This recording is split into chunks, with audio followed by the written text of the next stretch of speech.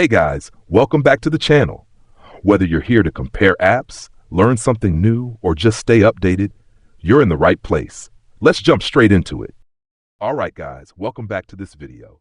Today we're going to walk through how to activate Google Fi eSIM on your iPhone in 2025. If you want to skip the hassle of inserting a physical SIM card and get connected instantly, this guide is for you. First, make sure your iPhone is compatible.